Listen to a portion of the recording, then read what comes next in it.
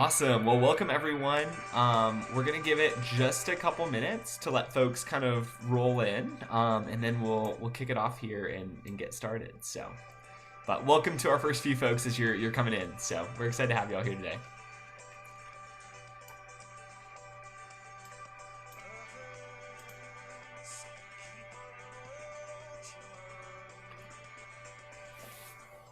Awesome.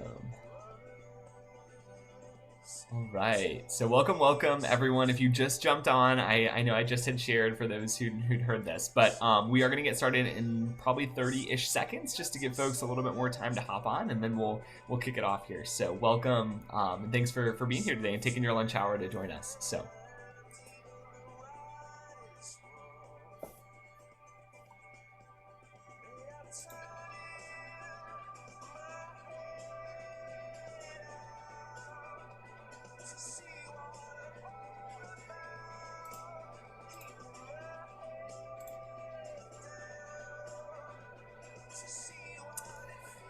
All right, so it looks like we have a really good group here today.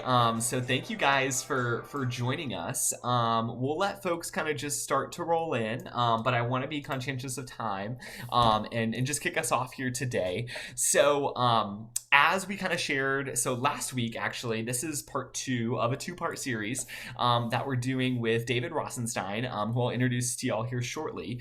And it's all around kind of LinkedIn. Today's webinar is kind of focusing on how to leverage LinkedIn to build your network and really network into your dream job. And last week we touched on a little bit more of the building an A+ profile, so kind of the tips and tricks of what to do, maybe what to avoid. And so both of these are being recorded, and so we're actually going to upload these to our alumni Career Connections page. So that's actually something that we've just recently rolled out. A colleague of mine, Anna Valegia, our Director of Alumni Career Services, has rolled out. And so our Alumni Career Connections page just allows you, no matter where you find yourself, whether you're maybe a young professional, mid-level, maybe an experienced professional, or you're just looking to make a change in your career, just has an amazing plethora of resources that you can tap into there as well. So I'm going to go ahead and just drop that URL in the chat. So if you guys want to watch this later, you'll, as an attendee, of course, get the link to watch the recording. But if you know anybody else that might benefit from this, and they're an alum as well or a current student, would love for you guys to share that out. So without further ado, though, I do want to bring David on. So welcome, David. David's our speaker here today. And David is the founder of DR Consulting, and he has worked to help thousands of students and professionals launch their careers by establishing an impactful LinkedIn presence. And so he's equipped with performing background. So he combines a number of years of award-winning public speaking experience with extensive personal branding, marketing, and sales expertise.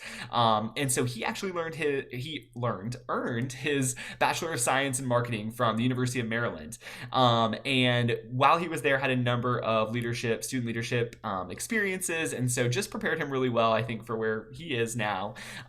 And so just knowing him personally, at least, I can say that. And so he is often described as a human Energizer bunny, so prepare yourselves. But with his highly enthusiastic persona, I think David is the perfect person for this. And so he actually worked previously for LinkedIn and is actually returning this summer as a sales associate. So without further ado, please join me in offering a warm virtual welcome to David. David, the floor is all yours. Hey, thanks so much, Connor, for that warm introduction. And I have to say, first of all, welcome to all the new faces, to all the returning faces from last week's workshop. It is so wonderful to see you all. I would love to get to know you all a little bit. I know people are coming here from whether they're current NC State students, whether they're alumni. I would love to hear, as I introduce myself, I'd love to get to know a little bit more about all of you, figure out where you are in your career journeys, just so we can make sure I'm tailoring this presentation accordingly. So in the chat, students, if you wouldn't mind talking a little bit about yourself, sharing your major and minor or career goals, alumni, maybe when you graduated, what your current job title is, and if you're looking to pivot, what your goal industry is. And so with that in mind, I'm really excited for this workshop. Again, as Connor mentioned, this is the second part of a 2-part series. We spent a lot of time last week talking about how to build a really strong, compelling A+ LinkedIn profile. And my goal is by the end of this workshop, you all know, well, now that you have a profile, how do you elevate it, take advantage of LinkedIn's platform, and use the relationships you will build to get jobs? Now, again, I have worked at LinkedIn. I will be working at LinkedIn, but I don't work there right now. And what that means is I get to share all the inside scoops that I've learned from my time at Maryland and at LinkedIn to share that all with you. So I'm really excited to talk about networking, and clearly we're all on this conversation because we want to talk about networking, but I want to start off by addressing very quickly why it's important. And I saw this article a few years ago that said Goldman Sachs attracted 250,000 student job applications, which blew my mind. And I thought, well, that was just an isolated incident, until I was having a conversation with a recruiter from Microsoft. From our conversation, we were talking about a specific role, and he mentioned last year we had over 4,000 people apply. Of those 4,000 people who applied, we also received 200 referrals from our current employee. A referral is when you get a special link and maybe a back-end way of applying to a job using someone inside. This recruiter said, I personally spoke with 12 students who networked and wanted to learn more about the role. Guess who I want to interview first? Now let's think about that. 4,000 people applied hoping that they would hear back, but given the sheer quantity, how did those 12 people make it into the upper echelon where they're talking to the people who could maybe give them the job? 70% of jobs and internships are filled through networking. And what does that look like? I got a notification a few weeks ago from a company that I support, and they basically said, hey, David, we're hiring. We haven't posted this job yet. Do you know anyone who might be a good fit? And 70% of jobs are filled that way. So how do you make sure that maybe if you're not in the right circles to begin with, how do you create those circles for yourself, and how do you break in? Well, we're going to have a really jam-packed workshop today, and really we're going to talk about 3 important fundamentals of networking. I like to break it down in these 3 areas because I think it makes the most sense. First, how the heck do you reach out to people? Do you use email? Do you use message? Do you use LinkedIn? Do you use InMail? Secondly, let's say you actually do have the conversation. Well, what do you talk about? And then 3, how do you stay in touch?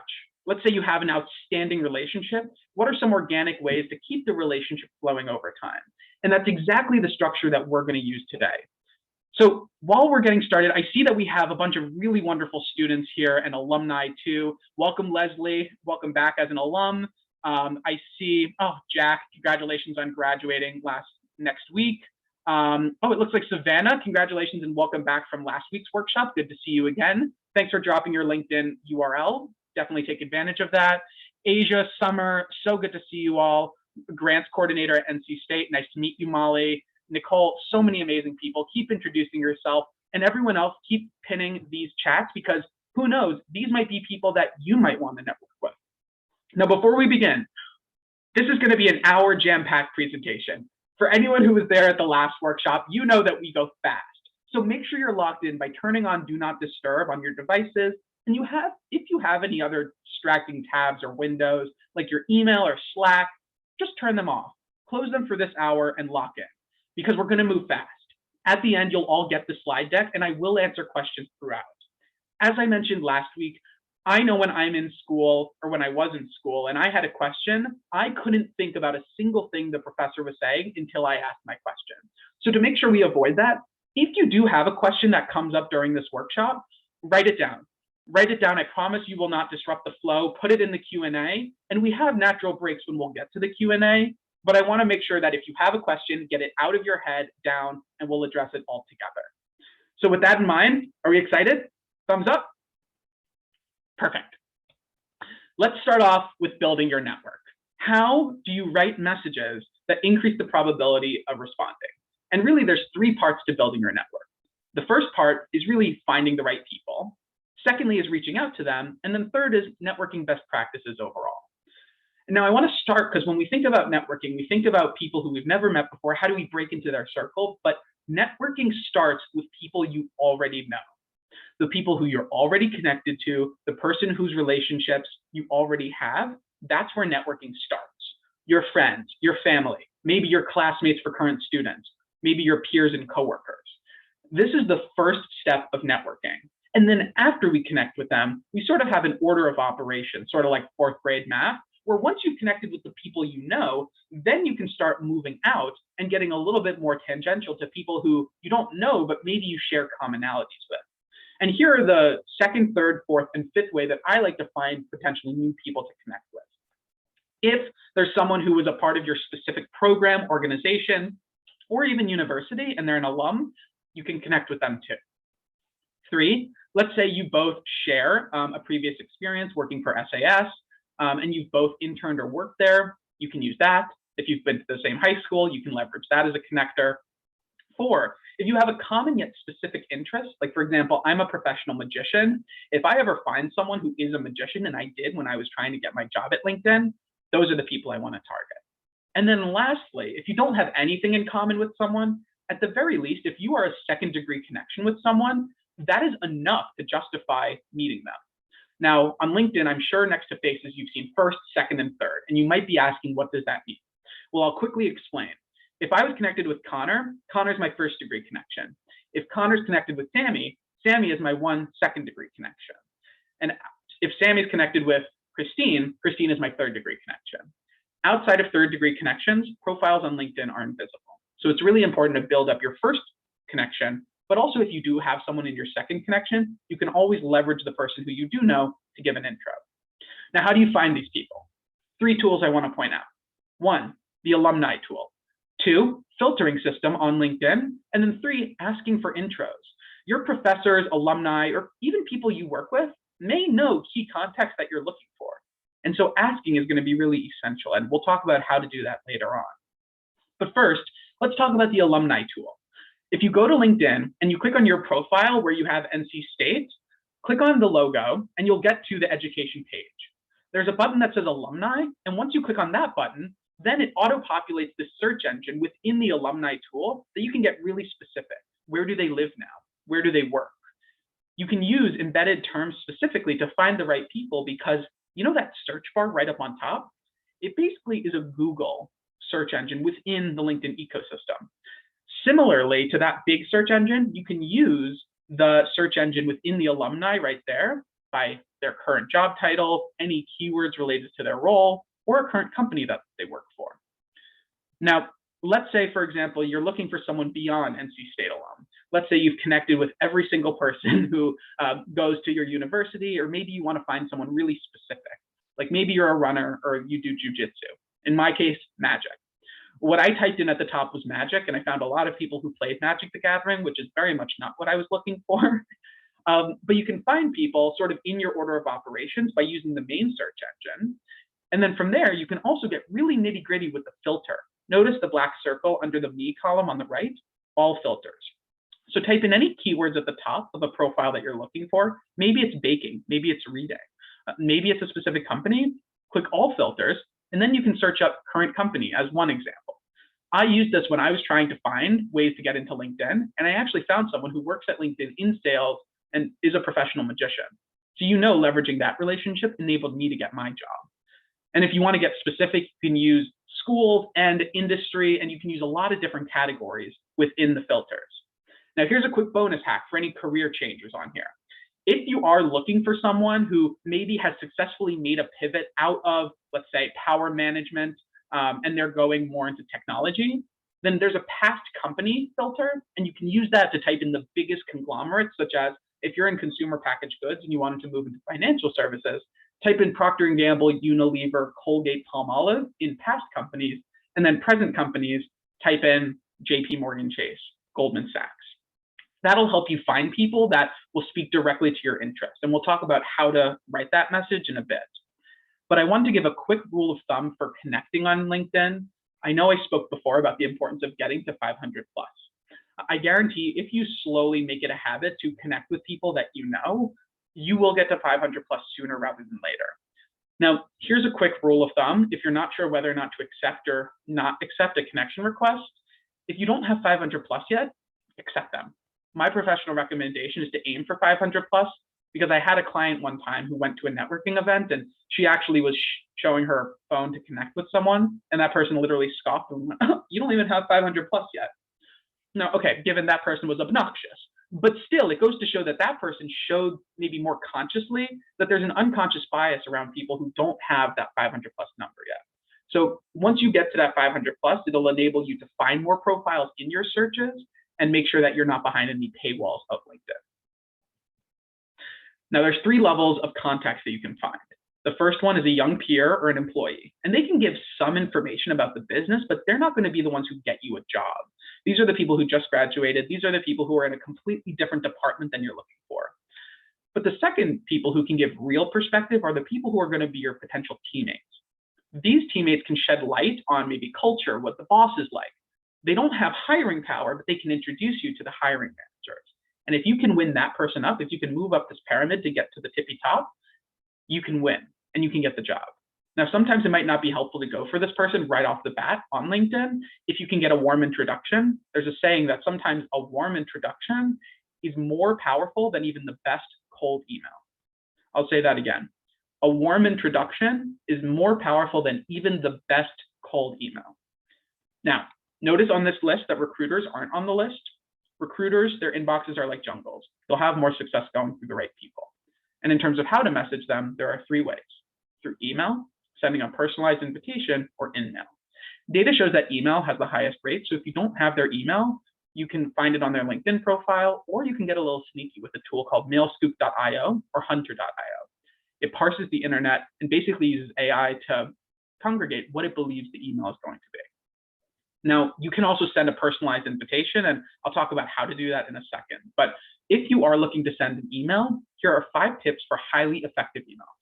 1, title case in the subject line. Data shows that capitalizing each word has higher open rates. 2, have a really strong subject line. If you do have a lot of connections, mention those, whether it's specific names, whether it's a specific organization, or use quick question. Data shows that this has an insane open rate relative to other generic openers. 3, use the world's shortest bio. The email's not about you, so only spend a sentence talking about you. And 4, compliment them. Answer the question, why are you emailing me, directly by flattering them right off the bat. And I'll show you what this looks like in a bit, but then step 5 is build a really strong email signature.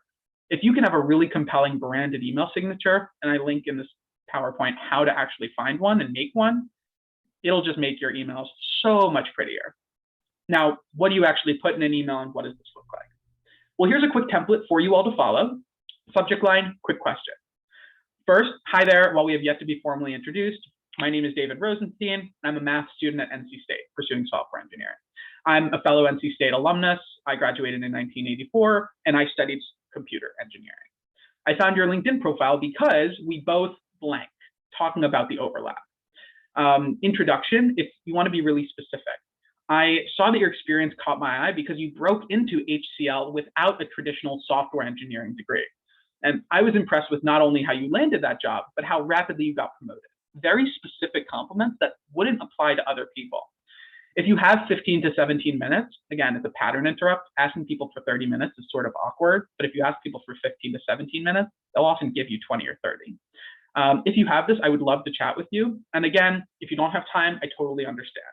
Giving an easy out psychologically leads people to be more receptive to agreeing.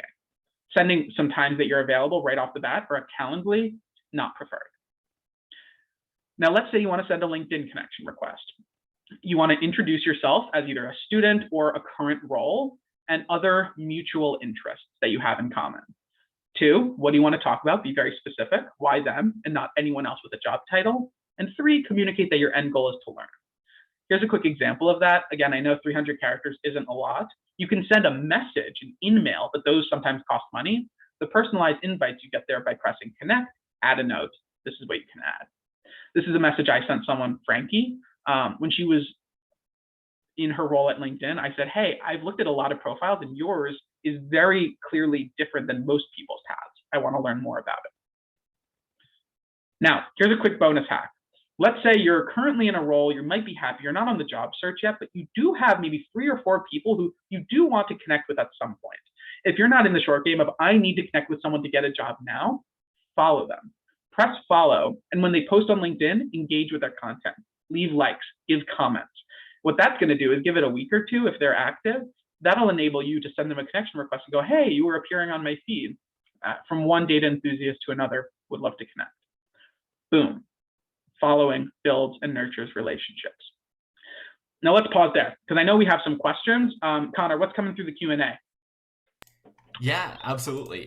So we have one question here, just talking about there's some joint programs that UNC, assuming UNC Chapel Hill up the road, and NC State kind of have in partnership. So just kind of curious how you would set that up. More of a profile specific question, but just like how do you do that to highlight that so that it kind of highlights both the programs in a meaningful way. Absolutely. If you're a part of a joint program, have both educations listed and make it very clear underneath in the description. Say that you're a part of student at University of North Carolina through XYZ joint program. Be very clear in the description, and people won't confuse it.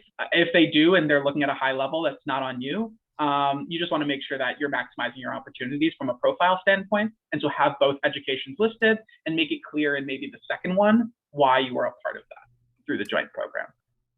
Yeah, and I think David, that's the only one we've gotten so far. But I failed. I think that might be because I failed to mention that there is a specific Q&A feature on today's webinar. So if you go to the bottom of your screen where you should see chat and I think a couple other things, but one of them is Q&A. So just would ask if you have a specific question, you can submit it anonymously. You can submit it as you, but would love any questions. Just feel free to chime in and jump and add those in as you have them. You're also welcome to put them in the chat, but if you put them in the Q&A, we can kind of filter through them that way. So yeah, I think that's the only one we have for right now. So David, turn it back to you. Yeah.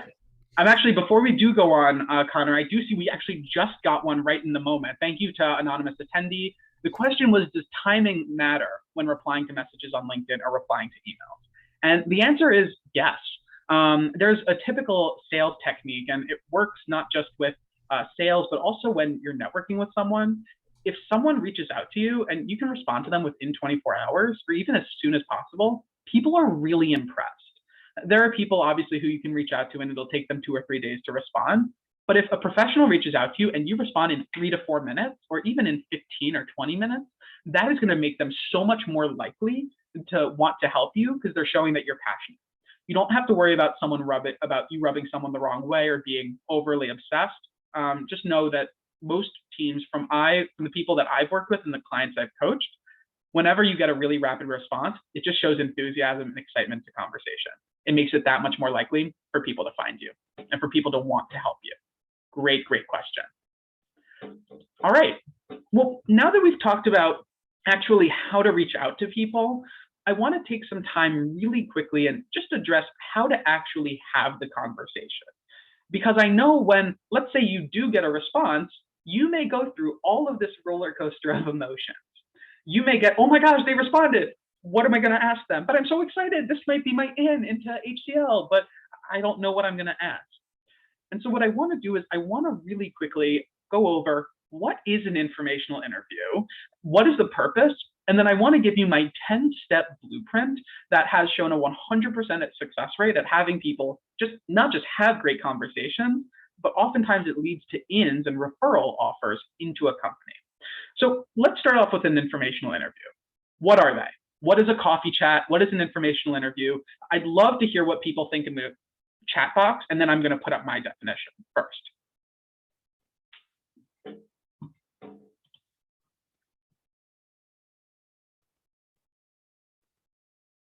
And while we're waiting for people to chat, I know we just got an attendee who asked a question about, is it more appropriate to ask for a referral? Is that something that should happen organically? We're going to talk about that right now. That's a really, really powerful question. Okay, Summer is saying when you get to know about their role and how they like it. Yes, Sterling, getting to know more about the company they work for, an opportunity to learn more about the role, industry, work culture. Yes, all of these, Marissa, Sterling, Summer, huge kudos to you because you're spot on. What it is it's an opportunity to learn. And Madeline Mann has this wonderful definition. It's a time to speak to someone who has a unique perspective in their career, industry, or company, and better help you inform the decisions you're going to make in your career. Now, again, what Summer and Sterling and everyone said, it is a time to learn and build a relationship. What it's not is a time to ask for a job, expect a referral, or get an immediate job offer. And I know we have a question about, well, how do you get a referral? How do you get an offer to work at a company by wanting to learn?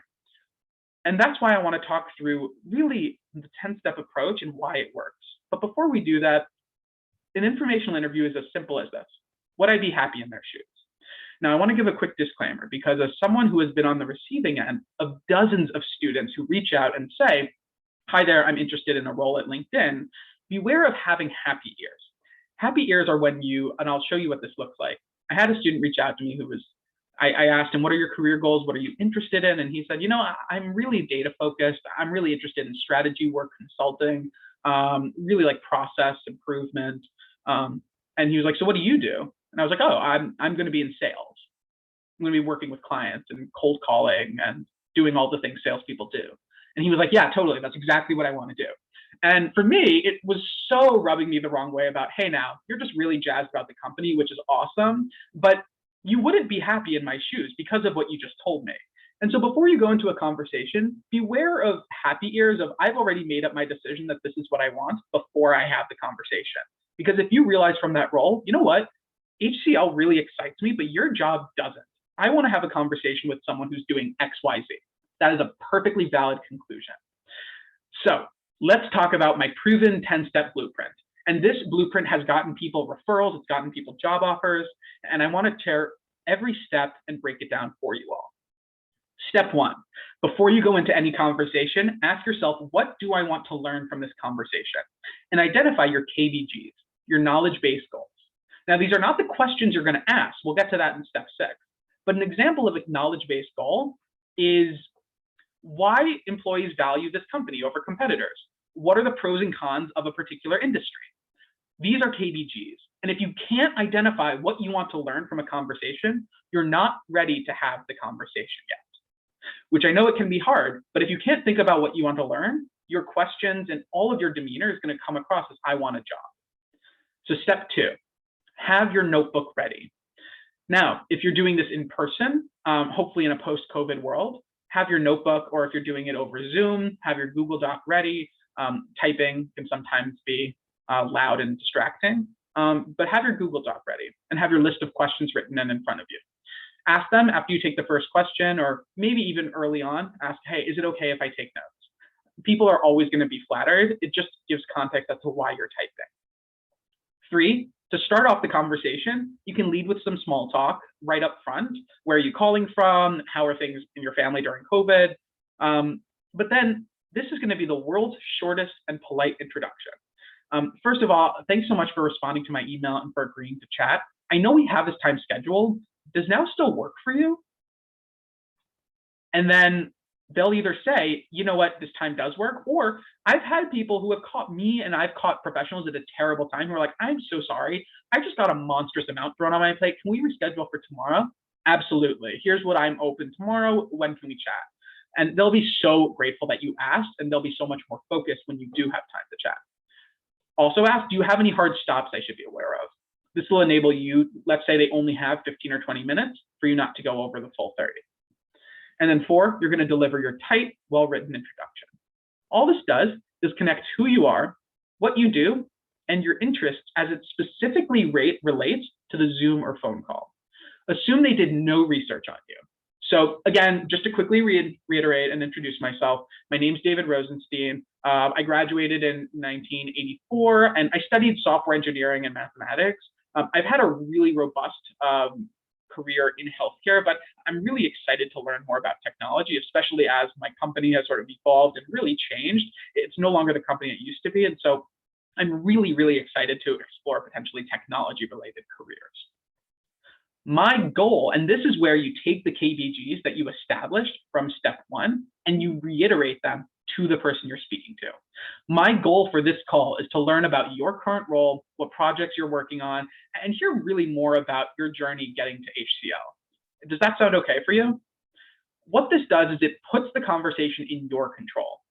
I've heard so many students and young professionals and even seasoned pros who go into one of these conversations and expect the other person to really take the lead. What this does is it really shows, hi there, you don't have to lift a finger. I have very clear intentions as to why I'm talking with you, and I'm going to ask you really directed questions. So when you explicitly state this, it shows confidence, and it also enables the other person to take a breath. They don't have to lead, they can follow. And then 6, you're going to write a WBQ, and you're going to ask them. Now, a WBQ stands for wow, brilliant question. And it's the reaction you want the person who you're speaking to have. I had an informational interview 2 days ago where I was asking someone about a job that they had. And he even mentioned after my first question, wow, oh, that's a really good question. And I know you can get that response every single time, either verbally or non-verbally, by following this framework. There's 3 ways to create a WBQ. First, industry-related, hyper-specific questions. Now, what does that look like? David, I know with social media policies and especially with FERPA and all these things happening in the Eastern Europe, how is LinkedIn maintaining the trust of its members on their social media platform? I had a student ask me that, and I didn't even know what to say. I gave him a referral, and he wanted an internship, and I said, yeah, I'm definitely going to pass you through the back end. But that was just showing that he was really knowledgeable. And if you're looking to learn more, that's probably not the best starting place. But if you're really deep, or maybe you've gone through the ladder and you've started at the bottom tier, you've spoken to a miscellaneous peer, you've spoken to someone on the team, and you're trying to really wow a hiring manager, that might be the best way to go about it. Secondly, if you're naturally inquisitive or you have a really strong communication skills, you can ask 2 to 3 vague questions and then dive deeper. So for example, I was just wondering if you could walk me through maybe from graduating how you ended up landing this position. Oh, gotcha. So were you actively looking for a role in technology, or was that something that found you? Oh, gotcha. So when you started, what were some of the biggest things that you realized you wish you knew in the job search process? Going down like a funnel. This can be harder and it's a little bit more unstructured. My favorite method is to use the formula. Take generic question plus piece of information, and it equals a WBQ. What does that mean? Well, here's a template for you.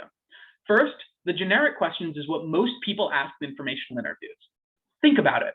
That person who you're speaking to, who might be a VP or director at a company, how many times do you think people have asked them, so can you tell me about how you got to Disney? Tell me about how you got to Eton?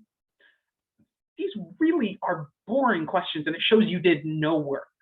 But if you do even the slightest amount of research, look on their LinkedIn profile and saw maybe they worked at Ford and now they work at Tesla, just imagine how powerful that same question is, but when you infuse the research into it. Hey, Bill, I saw on your LinkedIn profile you went to Ford and now you've broken into Tesla. Can you tell me a little bit more about the behind the scenes on those transitions and just how you jumped from one place to another? It's the same question, but it shows you did your research and it's aligned with your KVGs. Another example, how would you describe the company's culture? Everyone is asking that, but that's so lazy. When you can look online and get a sense, and you can say, I read online that the company prides itself on XYZ. Do you see those being the top priorities, or do you see other cultural tenets being more important? That's a WBQ. Now, when you ask all of your WBQs, one of the best ways to end your conversation is really, I guess, my final question. I know it's cliche, but for someone who is looking to make this career change, for someone who is looking to break out of this current role, for someone who's making a change or maybe getting that first software engineering job, what advice do you have? And I'll tell you why this is important later on, but this is going to be absolutely foundational to your follow-up and to maintain that relationship. Now, after you've run out of your WBQs, if you run out of questions, wrap up the call. If you have 30 minutes booked and you only take 21 minutes, say, you know what, honestly, if this answered all of my questions, I would be happy to give you 9 minutes back into your calendar. I know it's not a lot, but those are all the questions I had. Now, step 8. Maybe this is if you're working up the pyramid of trying to get to the highest degree of influence, or if you realize in that conversation that that person maybe doesn't have the right insights that you're looking for, ask for a specific introduction. And I know I get questions a lot from clients and even professionals who say, how do I ask for an intro without just being like stepping on that person's ego? And I'll tell you, because I've had people who, after I have a conversation with them, they'll ask me at the end, David, you know what, talking with you really gave me a lot of perspective. Who else should I talk to? I'm like, I don't know. That puts a lot of work on me. So instead, ask for a really specific introduction.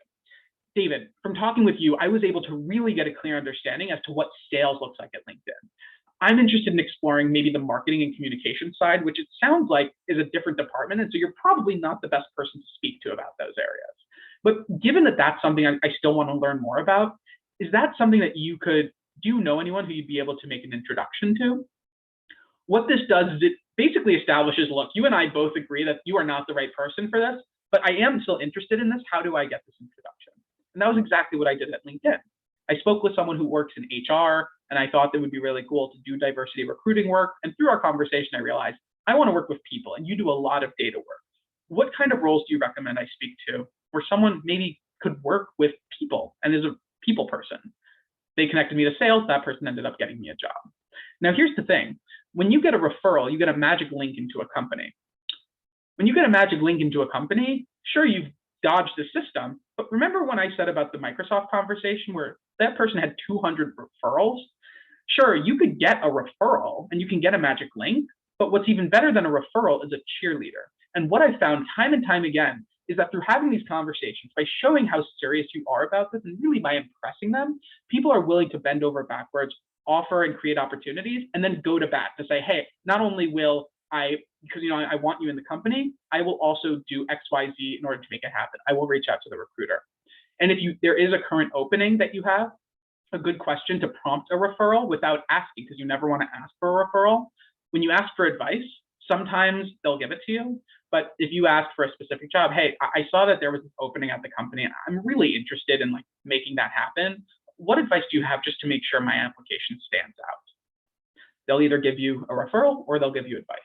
And then you rinse and repeat and try with your next specific introductions. Lastly, step 9, follow up with a thank you note. It sounds small, even if it's very quick, day of.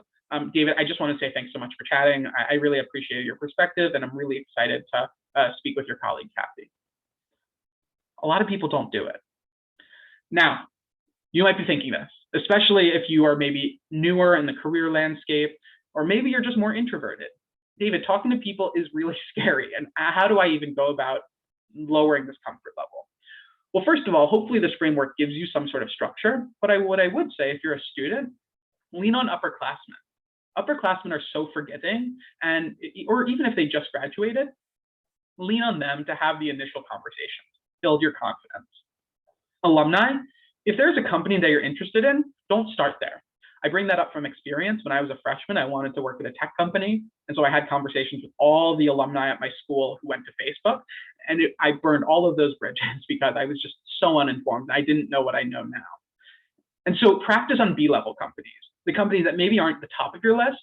And of course, B-level companies differ for every person, but practice with them, have the conversations. And if you can rock it with them, then you'll be able to rock it with someone who actually is really interesting for you. So again, here are the 10 steps. Identify your KBGs, have your notebook ready, win them over by respecting their schedule, deliver your tight, well-written introduction, communicate your call objectives, ask your wow brilliant questions, WBQs, end the call when you run out of questions or time's up, ask if they would make a specific introduction, thank you note, go out and practice. Those are the 10 steps. Now, I know we have some questions that came up about informational interviewing. Would love to sort of take those now. Yeah, absolutely. So one of our questions that came in was just, is it possible to have an informational interview with someone if you already have a job application in to work on their team? Does that make sense in terms of process and order, or thoughts on that? Yeah, good question. If you are someone who has already applied for a job, you definitely can have an informational interview and have that conversation. You can say, hey, I saw this opening and really I was just interested in learning more about what you do. It's always preferred to do it in advance, and I'll tell you why. If you can potentially talk to someone 3 or 4 months before a job is even posted, or even when there's no job available, getting you top of mind for them and basically will enable when the job does come up, you're the top of the list. Reason being why that's important is because once the job is posted, oftentimes the hiring managers get inundated with requests just like this one of, hey, I'd love to speak with you. If you have already applied, it may be worth your while to send an email to the hiring manager and say, hi there, I just wanted to say I sent in an application, really enthusiastic about this position, stay tuned for my resume. On the other hand, if there's someone else in the team or the company, you can say, hey, I applied for this role, I just want to make sure I'm doing everything right. Do you mind if I chat with you quickly about your job and experience at the company? And then they might be able to make that introduction.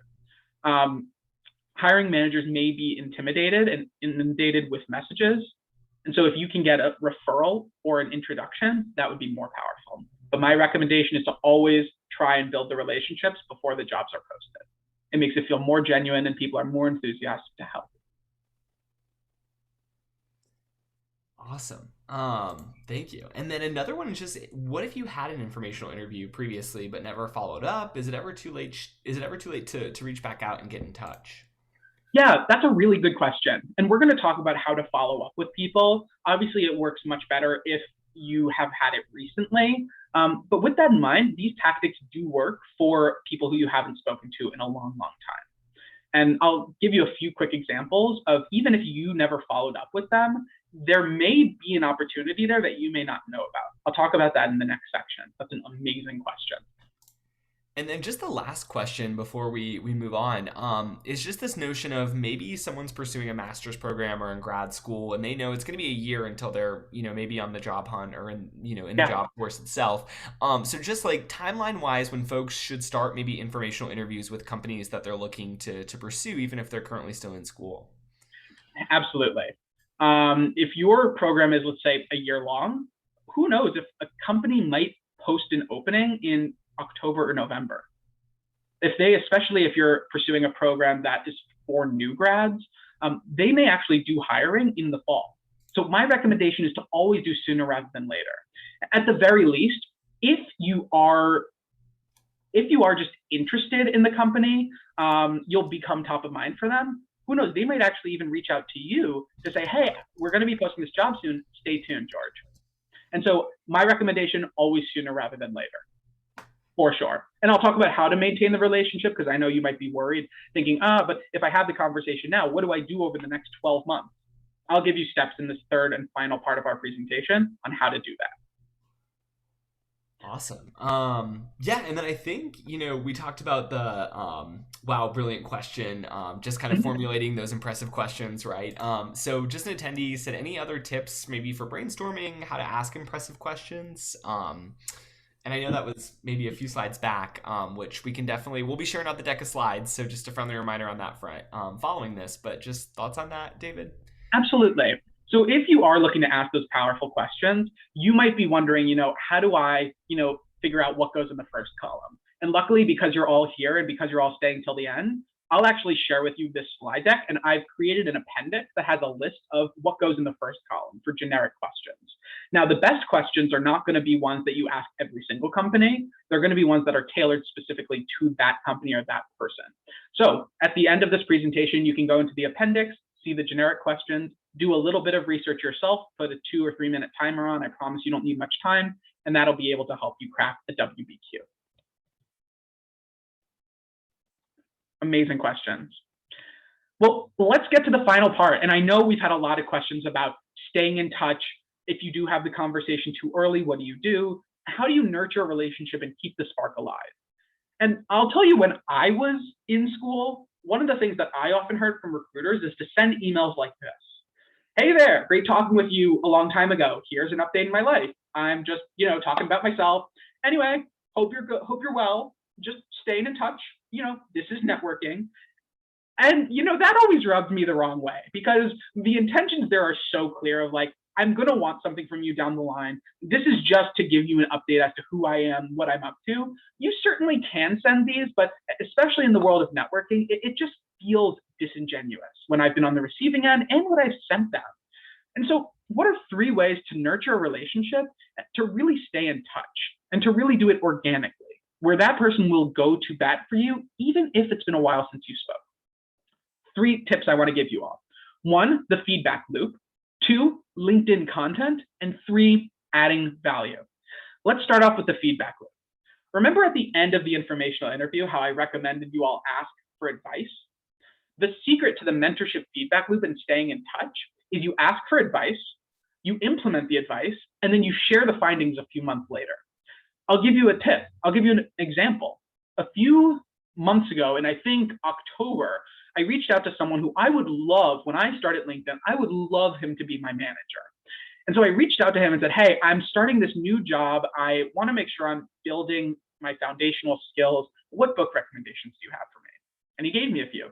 I read them, which enabled me 2 months later to be able to reach out and say, hey, Kyle, I read the books that you recommended. I just wanted to say, because of reading this, these were the results I was able to get in a day. And I just wanted to say thanks for that recommendation. It shows follow through and it shows initiative. And it also enabled me to say, what other golden nuggets do you have? I've read these books. Are there other e-learning courses I can take advantage of? And it continues this feedback loop where organically I always have something to remind him about. And you may forget to do this, so set a calendar reminder in your phone, say 2 months or 3 months, however you plan, to say to reach back out to so-and-so. Now, I've had someone who, I want to give a quick shout out to one colleague or one student who reached out to me, I want to say about a year ago. And he has done such an authentic job of reaching back out and staying in touch. Every time we've had an interaction, it's always been, David, I saw this and I thought of you. I did this presentation that was about LinkedIn, and it just jumped out and totally resonated with what we spoke about XYZ. He referenced his notes from our conversation. He said, David, I was giving this presentation, and I saw that you gave the same presentation in your 10th grade, and I just wanted to share it with you because I thought you'd resonate from one LinkedIn enthusiast to another. And so always having sort of direction and a clarity rather than just, hey, I'm here, don't forget about me. Mentorship feedback loop. Secondly, creating content on LinkedIn. And this is a good answer to the question of, I haven't spoken to someone in years or maybe months. What do I do? When I was a freshman, I met someone named Garrett who graduated from Maryland about 6 or 7 years before I even started. I met him at an alumni event my freshman year, and I didn't talk to him until my senior year. I reached back out to him my senior year saying, hey, Garrett, I'm not sure if you remember me. We met this one time. Would you be able to? And I asked him for an intro, but he was so quick to respond, David, great to hear from you. Of course I remember you. I've been following your LinkedIn updates. So just by posting on LinkedIn and staying active, it's a way to organically maintain relationships at scale. And I know it might be intimidating to sort of write posts, and we could have spent an entire hour talking about how to do that. But really, if you leave comments on these people's profiles, if let's say they publish a blog and you maybe comment on it, if they leave a comment and you like it, little ways to sort of keep in touch on LinkedIn through the content standpoint is going to be really, really key. And who knows, maybe if you write an update about this presentation which you attended, share a few nuggets, wink, wink, with some of your peers who maybe couldn't come, that'll be a way for the people who you haven't spoken to in maybe months, maybe they'll see that and you'll all of a sudden be top of mind without having to even reach out to them. And then what they could do is if they like your post, then you could say, hey, I saw you liked my post and it made me think of you. Hope you're doing well. Boom. Third, adding value. Here are 2 quick ways to add value to someone, regardless of your role. First, hey, if you find an article or if you find a resource that might be helpful for them in their job, or just might have interesting nuggets, send it to them. And I even wrote a message for you just as a template. And then lastly, making introductions. Making introductions is such a powerful way to say, hey, David, because I saw you spoke about this when we had a conversation, I know you're focused on this in your job. I recently spoke with Lindsay, who also had the same sort of intention. I wanted to make an introduction because I think there could be real synergies there. And who knows, maybe they might give a job offer to each other, and then that may help you in the long run. 4 years ago, I was at a marketing conference in New York, and there was one person who worked at a really high makeup company. And a lot of students were really interested in breaking into the fashion world and the cosmetics industry. So they were asking him all these questions. What's your job? How did you get it? Tell me about it. What do you do? But I asked him sort of a different question. What are your career goals? And he mentioned blockchain. I met someone a few hours earlier who was a marketing blockchain professional, made the introduction. He ended up coming back to me a few hours later saying, David, thank you for that introduction. It's really advantageous. What can I do for you? When you give, people want to reciprocate. And so making introductions. Now, look, putting it all together, I know can be a little challenging, and I know I sort of gave a lot of information in this workshop. And so if you want to, I put in the appendix a really quick networking plan for you. Make a list of 20 names to practice on if you feel like you need to get more comfortable. Second, compile a list of maybe 100 relevant professionals or in companies and industries that you're interested in messaging or talking to. And then 3, once you do have these power contacts that you've spoken to, create nurturing campaigns where you have scheduled reminders in your phone to reach back out to them using one of the tactics that we've talked about.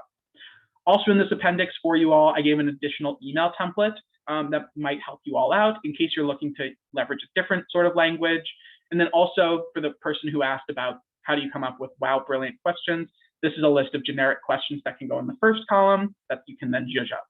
So with that in mind, I know we could have spoken about all of these for an hour. Last week, we talked about building an A+ profile. This week, we talked about strategic networking.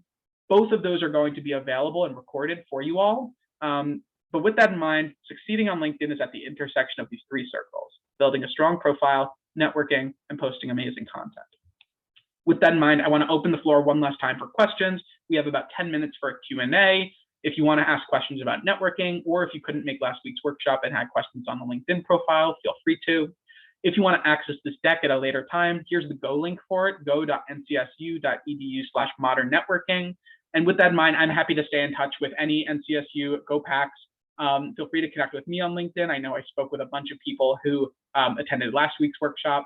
And then the last piece that I'll say before we open it up for Q&A, I know there's going to be a feedback form that's going to go out. The more you fill that out, it's going to help Connor and the Alumni Association better make sure that they're providing the best content for you all. So thank you in advance for filling out that feedback form. You've been a wonderfully engaged group, and I'm really excited to answer Q&A in these final 10 minutes. Awesome. Well, thank you, David. I think this has been super great.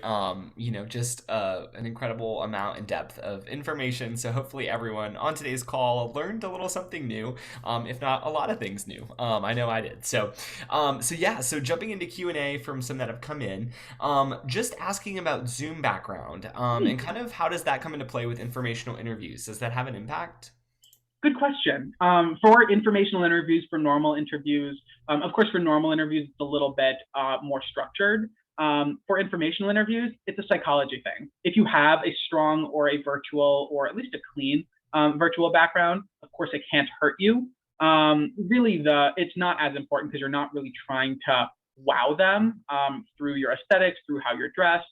But of course, just like a normal interview, the more professional you can come across, whether that's through your background, if it's possible, whether it's through what you're wearing, obviously it's going to have a better psychological impact on that person's ability to perceive you in the lens that you want to be perceived.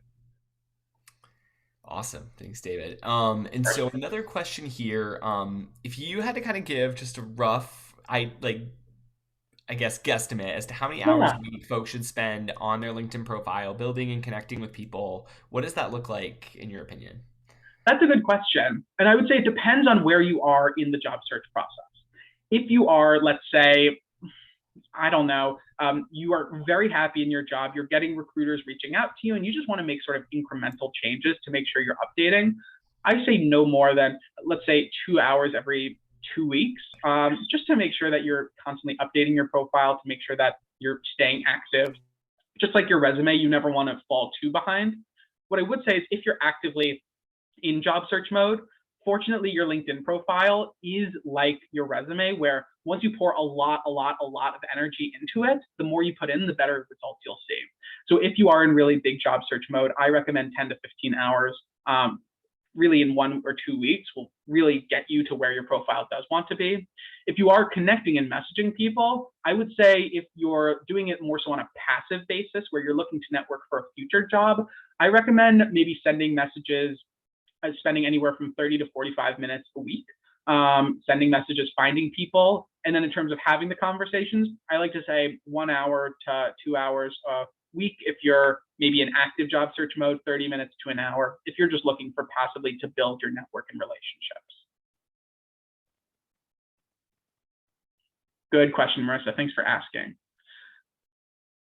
Okay. So we have I was gonna say we have one more here, and just worried about me reaching out to another person maybe in my industry. Will it alert my company that I'm looking? Any advice on how to kind of navigate that? Good question. If you are in stealth job search mode, this is when you want jobs and you want to have conversations, but you don't want to alert your current HR companies. I would say a few things. One, the only way that HR is really going to know, unless someone you speak with talks to your HR companies, unless you post on your LinkedIn profile, I'm open to work, I'm actively entertaining job offers while you're in a role, that may rub someone the wrong way. If you are having private conversations and you're just like, hey, I'm really excited about what you're doing, then it may be something that if you are having private relationships with people, you might want to start off with people that you trust first and foremost, people who are already in your network. And then from there, if they want to make an introduction to you, maybe you can ask them in a disclaimer saying, hi there, I know Johnny's just interested in learning more about this industry or about the company.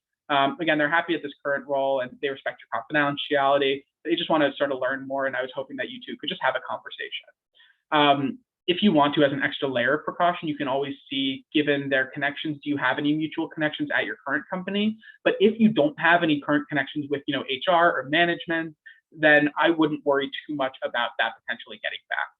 I've never heard of that happening through LinkedIn if there wasn't already mutuality established. Good question. The next one was about where do you recommend adding peer-reviewed publications? Good questions. Or should we just link our ResearchGate? It depends. If your publication or if your ResearchGate is something that is an essential part of your portfolio and you want people to see right off the bat, the best place to put it is right at the top of your LinkedIn profile under the featured media section. The featured media is really an opportunity to highlight one or two big links or visuals. That'll be the key. If you just want it to be there as an example on your profile, but you don't need it to sort of be thrown in someone's face. The second option would be under education. If you want to add that underneath the media, rich media, where you can add it under attachments. But if you really, really don't want people to actively read it, you just want your profile to be more thorough, you can add it all the way at the bottom under publications. There's a section called publications. You can add it there. Typically, no one's going down there. It may make your profile appear higher in searches, but if you want someone to read it, definitely recommend putting it higher. Awesome. Yeah, great question. Thanks for that, David. And I know we're getting some questions and from folks who weren't able to make it last week. So just wanted to share that link. I did just include it there kind of below in the chat. So you're welcome to access last week's event recording via Zoom kind of in the cloud. So just want to put that out there for those who maybe couldn't make it. But again, David shared some amazing things. So want to make sure we can tap into him as our knowledge expert. Next question is just offering advice on follow-up. Networking and making an initial connection, sometimes that's not the hard part, but it's just following up if maybe you're ghosted or you just don't hear back. How do you navigate that? Good questions. And really it depends on who. This is going to be a hard answer. Oftentimes, if someone's not responding to a follow-up, it could be one of three things. One, they're just too busy and they keep meaning to respond, but just you keep falling through the cracks. And so the more you can sort of do a nudge, do a follow-up, say, hi there, I just wanted to make sure this email went through. I'm sure you have 1,000 priorities, no biggie. Or two, if you do reach out to someone, let's say once and you don't hear back, sending a second, hey there, this might have gotten buried in your inbox, but we'd be so excited to chat with you. If you don't have time, totally get it, no worries. So it could be that they keep meaning to reply. The second option, if you've already had the conversation with them and they're not responding, you may not have impressed them enough in that conversation to warrant a response. There have been people who I've had conversations with and they said, so can you tell me about what it's like to work at LinkedIn? Or so, like, how did you get to LinkedIn? And oftentimes when I was on the other side of the equation, when I was asking these types of questions, I would find that I wasn't showing and demonstrating that I was doing enough research and thought. So when I would ask for more information, people weren't that inclined to help me because I just didn't seem really serious. So if you've already had a conversation and you haven't been able to ask WBQs or demonstrate your research, it may be challenging to rebuild that trust again. Now, luckily, companies have hundreds of employees. The third piece, and this is what I find more and more commonly, your ask might be too big in your follow-up. If you're reaching out to them saying, I had a conversation saying, hey, I saw this job, I'd love to work there. Or, hey, I saw this person, do you mind making an introduction? You may not have given enough value in that relationship by at least stroking their ego while having the conversation. That's enough value. You may not have done enough and your ask may be too big. So look at your follow-ups critically, analyze and ask yourself, if I was in this person's shoes, would I be willing to drop everything to help this person? Given the conversation I had, did this person deserve my time and attention? And if that might not be there, then maybe you might want to do one of two things. First, you might want to give a little bit more before you get, make more deposits before you withdraw, send them articles, connect them with someone else. If they write a blog, promote it on your LinkedIn. And then maybe you can ask for something. Or the other option is maybe abandon that relationship. Maybe that person just doesn't want to help, which is hard, but if they're ghosting you, then luckily there's a lot of professionals out there who can help you. Maybe move on. Yeah. I know that was sort of a long-winded answer, but hopefully that helps. And I guess the last question, how do you respond to messages on LinkedIn that aren't in your interest? Good question. If people are asking you and recruiters are sliding into your messages, amazing. That is like such a good problem to have. If they're not the right opportunities, no worries.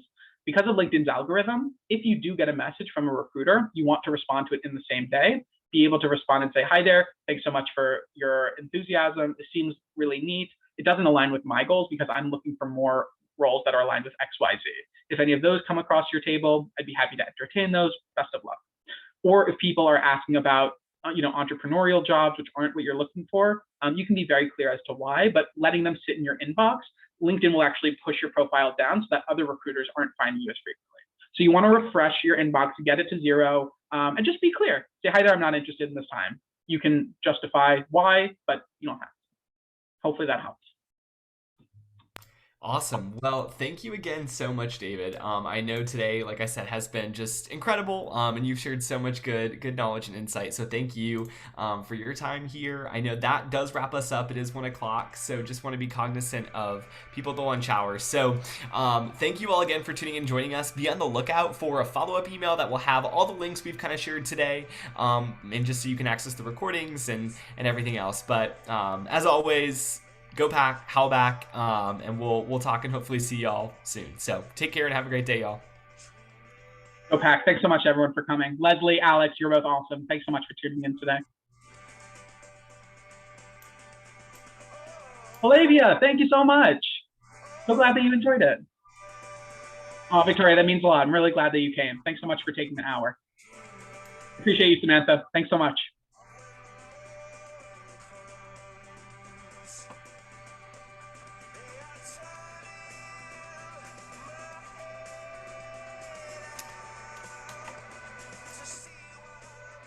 We'll give folks just maybe a couple more seconds to grab your contact there at the bottom. If you want that to follow up with David, you're welcome to, and then we'll close it out. So thanks, y'all.